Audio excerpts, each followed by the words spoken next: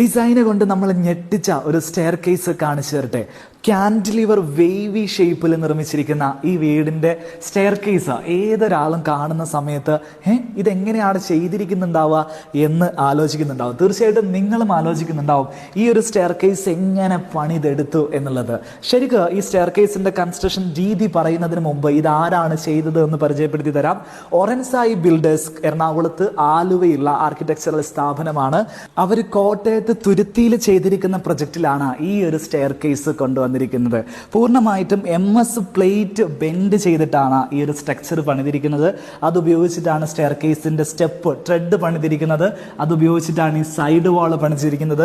ഇനി മുകളിലേക്ക് നമ്മൾ കയറി പോകുമ്പോൾ കൈ പിടിക്കുന്ന ഹാൻഡ് റെയിൽ ചെയ്തിരിക്കുന്നതും സെയിം സ്ട്രക്ചർ ഉപയോഗിച്ചിട്ടാണ്. അതിന്റെ മുകളിൽ പാനലിംഗ് ആയിട്ട് മൾട്ടിവുഡും WPCയും യൂസ് ചെയ്തിട്ടുണ്ട്.